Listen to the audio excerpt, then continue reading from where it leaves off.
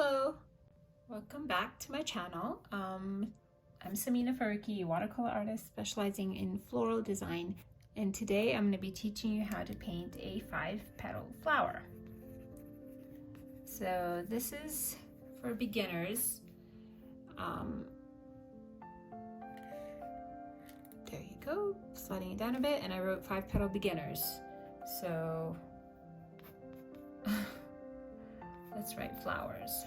Okay, 5-petal flowers. I'm not gonna be painting people. So just drawing it out for you real quick. So this is gonna be very loose floral painting, and exactly what it says, 5-petal flowers. The technique I'm going to teach, you can apply it with 3-petal flowers, 6-petal flowers, however many petal flowers you need, but let me show you how I do it. So the tricky part with 5-petal flowers particularly is placement of the petals, right? So I like to leave the center blank to begin with, and just apply pressure to make the petals. Okay, so 2 petals right there, and I just have my brush loaded, and I take my time. If I need to apply 3 strokes to form a petal, then that's what I need to do. Do what works for you, okay? And I made it work at this point, but normally, or let me go ahead and complete this. A lot of the times in my beginner students, I see this happening where they paint the first petal, they paint the second petal, third one too, they paint the 4th petal, and they're like, uh-oh, let me just darken this petal so you can see it. There's no room for the 5th petal, okay? So what I'm going to teach you is a little trick, how you can ensure that there'll always be room for your 5th petal, okay? So I like to call this the clock trick, clock or house, whatever you want to call it. So I'm going to start off with applying 5 dots of paint, okay? And these are the positions I apply them at, okay? If I'm going to call it the clock petal, then it's at 12 o'clock, 2 o'clock, 5 o'clock, 7 o'clock, and 10 o'clock, okay? And if it's the house that I'm going to call it, really doesn't matter what you call it. This, I'm off a little bit. This is where I want to place the circles. I think of this as a house. Remember when we were little kids and we used to draw houses in art class for our parents, right? So these points where the lines meet, okay? So clock or house, whatever you want to call it, and basically you're going to drop paint in these 5 spots. Okay, so let me just show you. Okay, let me get some more paint on my palette. Okay, I'm loading my brush, I'm twirling it in there,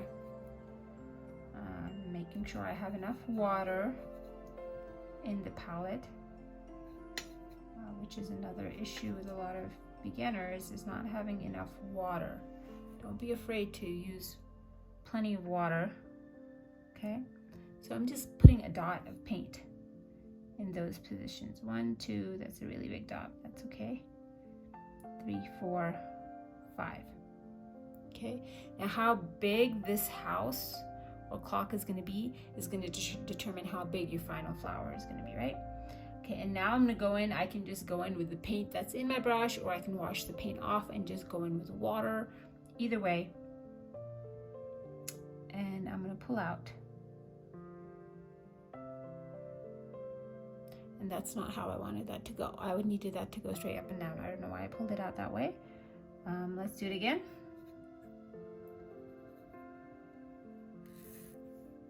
Okay, 1, 2, 3, 4, 5.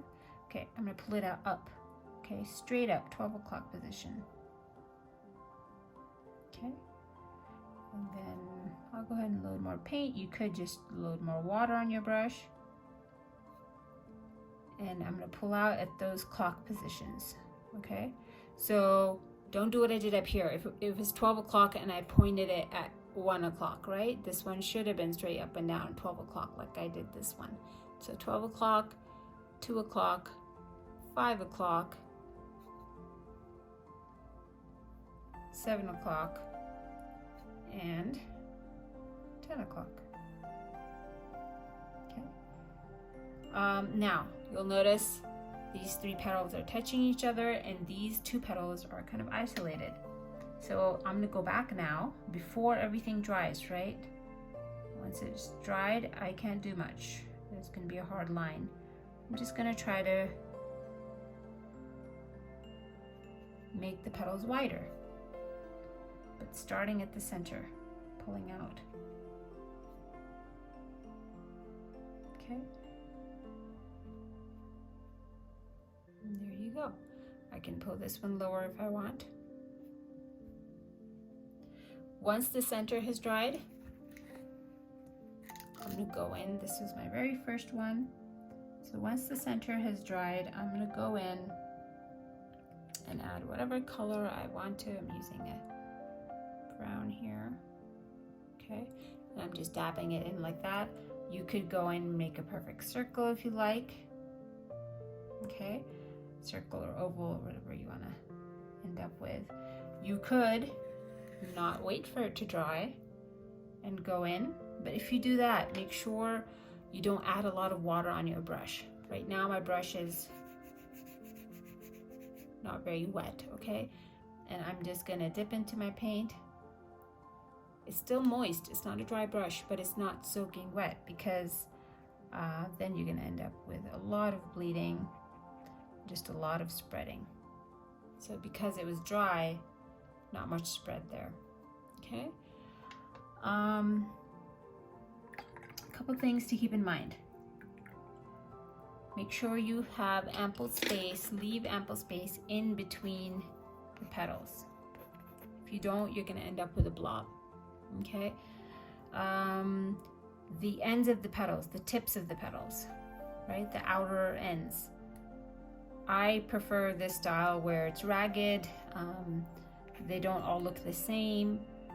If you want to round them off, you can go ahead and just round them off with your brush, right? So let's do this one. So if I want to round it off, I go ahead and apply pressure to make a nice wide petal. And then I turn my brush the other way. Instead of, you know how I was pulling it out this way to form the petal, now I'm going to round it off with this end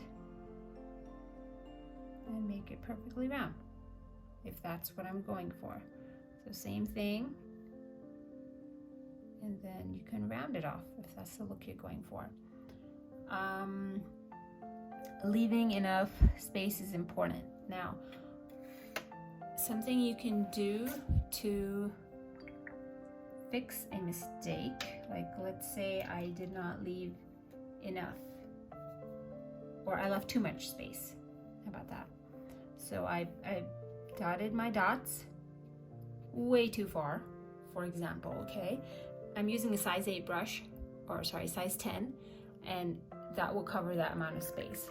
But let's say I dotted them super far, and I can tell because now I'm gonna switch to a size 4, okay?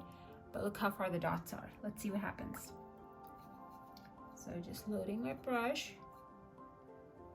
Watch. So 12 o'clock going up.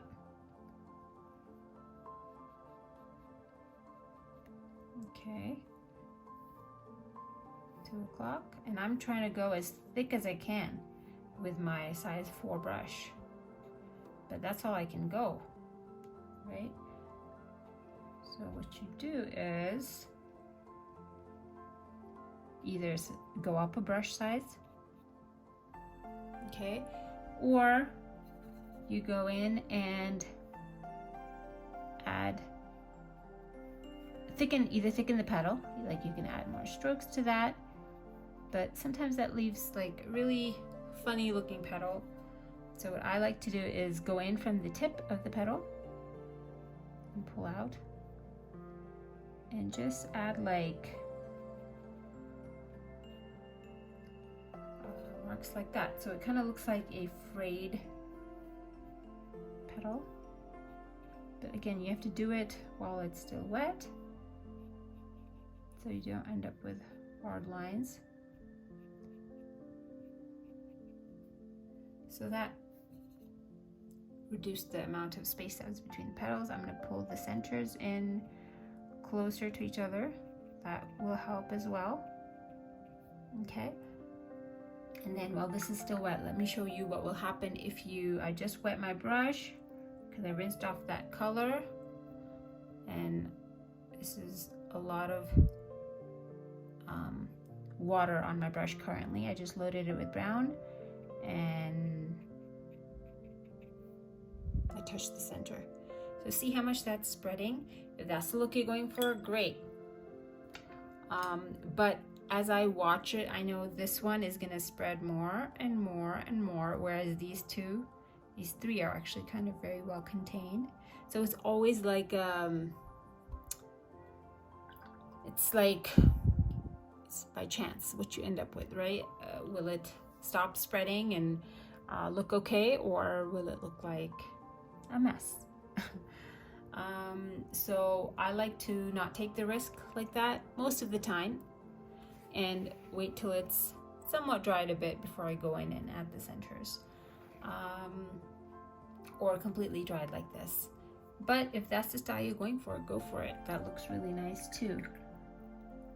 Okay, so that's one way to eliminate such large spaces in between the petals, is to either widen the petal, but be careful, sometimes that looks silly, because the wider the petal, and then because if you have a really wide petal and it's not that long, it looks kind of strange. So what I did was I just added separate, it's wet here so I can show you here. Let me paint another petal, just a petal, right? So this is the petal I painted and I want to make it wider. My brush is wet, it's loaded with paint. Just go up the tip. I can do one side or I can do both sides. I can go up or I can go down, but just remember to keep it as thin as you can. And you can join the ends. And it kind of looks like, you know, just light reflecting on those white spaces. And once you do it to all the petals, it gives it a nice look. Right, so I would say just play around with the different sizes of brushes you have and this technique, and you will soon get used to the spacing and you'll be able to figure out where you need to place your points. And like I said earlier, this works for the 3-petal flower too, the 6-petal flower as well. Just depends on how many petals you want, right? So if it's 3, I'm just gonna think triangle, right? And that's where I'm gonna place my petals. If it's 6, then you can either think 2 triangles, right? Going like that. Or you can make a smaller roof for the house, a shorter roof, right? 1, 2, 3, 4. This is my house. And then add the other triangle right there. Okay, this is probably a better 6-petal cheat, you know. So yeah, I think that's really helpful in the beginning when you're, you know, experimenting with placements, and if you feel like you're always running out of space for that 5th petal. Now say you've done this and it's too late, you know, you don't want to start the painting all over again, then just go with it. This is a 4-petal flower now. Just go ahead and add these these lines and just squeeze them in wherever you have space. Messed that one up a little bit, but you get what I'm saying. And eventually when that dries, I used a different color obviously. So try your best to save it if you can. Or, you know, if this was all still wet, I would just try to widen this in this petal.